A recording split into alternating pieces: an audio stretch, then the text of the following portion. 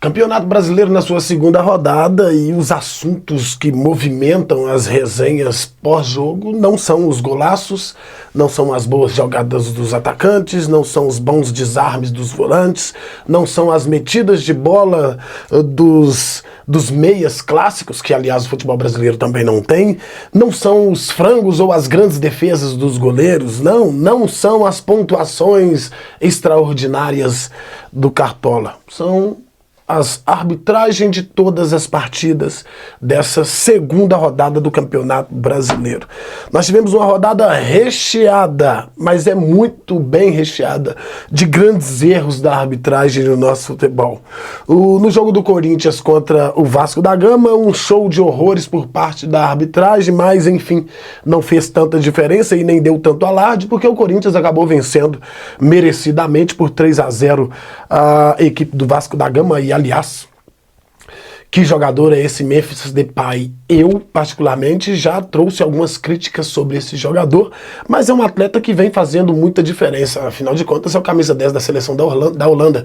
Ah, mas a Holanda não tem tanta notoriedade no cenário mundial. Isso é verdade também, mas é um jogador diferente, sim. Um jogador que está acima dos normais aqui no futebol brasileiro. Corinthians venceu por 3-0 a equipe do Vasco, vários erros de arbitragens, gol anulado e, aliás, eu acho que o gol foi bem anulado, sim, o gol do Corinthians foi bem anulado, mas no restante vários outros pontos que são muito discutíveis no que diz respeito à atuação da arbitragem. O mais... a arbitragem, não sei qual palavra que eu uso, mais vagabunda que teve foi a arbitragem, eu não queria usar essa palavra, não, mas essa, de Palmeiras e Sport. Puxa vida, um pênalti em cima do Veiga, que até o Veiga ficou surpreso quando viu que o árbitro apontou para a marca penal. E tem uma coisa aqui que está me chamando muita atenção. O manifesto dos torcedores palmeirenses nas redes digitais. Eu acho que é um acerto muito grande e que nós precisamos aprender com isso. Eu sei, não vai voltar atrás, nem reclamar e muito menos reconhecer, não vai voltar atrás, mas constrange aqueles que de alguma forma manipulou a arbitragem para que pudesse interferir diretamente no resultado. E aí não tem outra pessoa para nós apontarmos o dedo que não seja a dona Leila, que é participante e faz parte da cúpula, da alta cúpula, não é qualquer cúpula, da alta cúpula da CBF, né?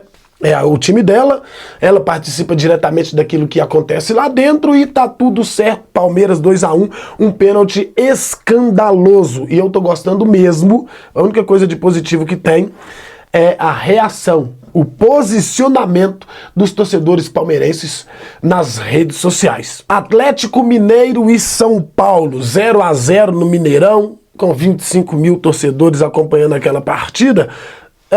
A expulsão do Caleri. Eu, particularmente, acho que não deveria ter sido expulso, porque ele sobe com o braço aberto, sim, é verdade, mas não existe o gatilho para dar a cotovelada na cara do zagueiro atleticano, que acabou caindo, se contorcendo no chão, até o cartão vermelho aparecer e ele se levantar como se nada tivesse acontecido. Um lance do Lianco, que fez uma falta por trás, já tinha o cartão amarelo e acabou não sendo punido com o segundo cartão amarelo e, consequentemente, não sendo expulso. Ou seja, o São Paulo foi prejudicado pela arbitragem. Bem verdade que jamais para o final da partida. Inclusive o Caleri tinha entrado há pouco tempo no jogo e foi expulso. Teve que entregar a abraçadeira de capitão por uma cotovelada no mínimo discutível. Então, 2 erros de arbitragem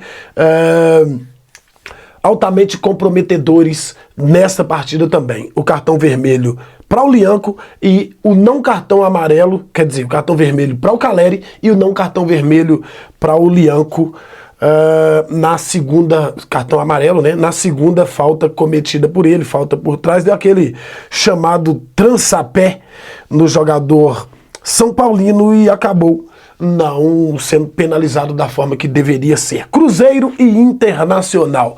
3-0 para a equipe do Inter, 0-0 enquanto estavam 11 contra 11. Aí eu não vou entrar no mérito técnico nem tático da partida, porque o assunto não é nem este.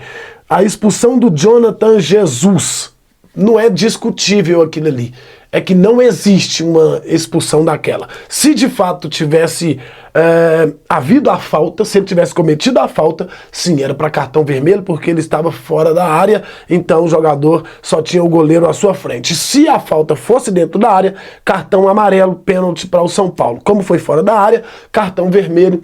E se de fato tivesse acontecido a falta, teria sido expulso justamente. Ponto. Paramos por aqui acerca da arbitragem. Por que que os clubes do futebol brasileiro passam por este momento infindável, interminável? Não é de hoje, não vai acabar amanhã, porque a gente sabe, a diretoria da CBF, ela preza por isso, pelos interesses próprios. E quais são esses interesses próprios?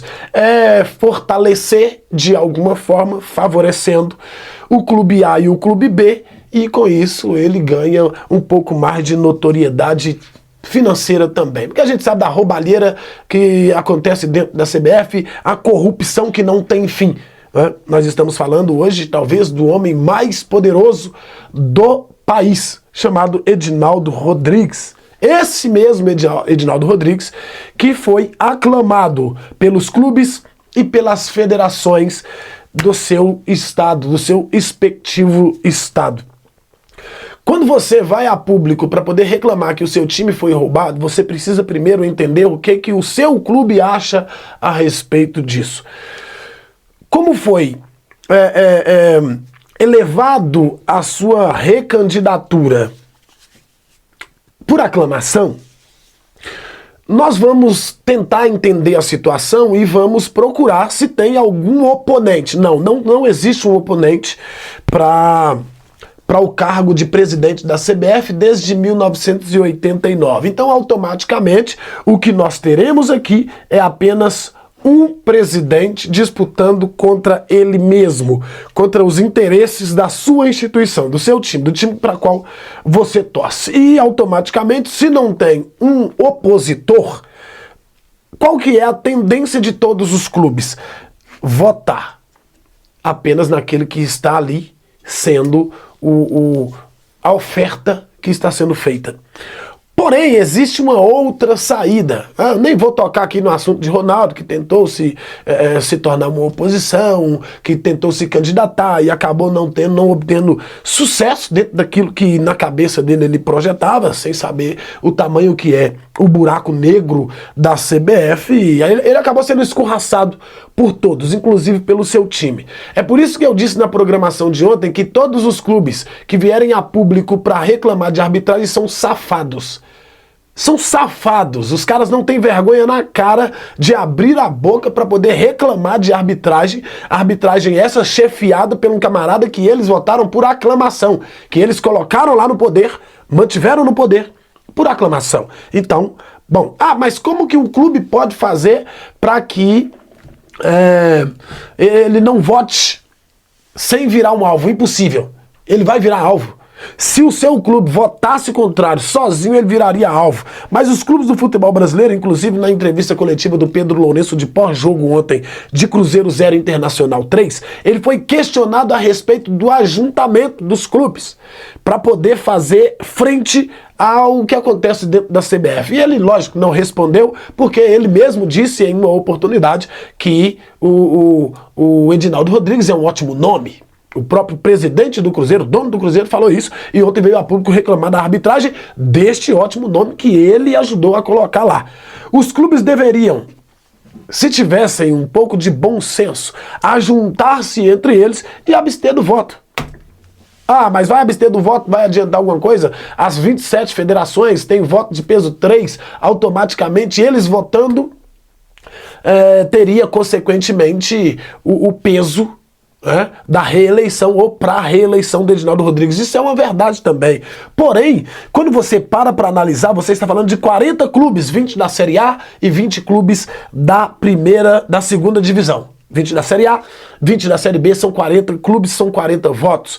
Consequentemente, contra os um pouco menos de 60 votos de todas as, quer dizer, quase 90 votos, né, das federações, que colocaria o presidente em exercício no seu próximo mandato.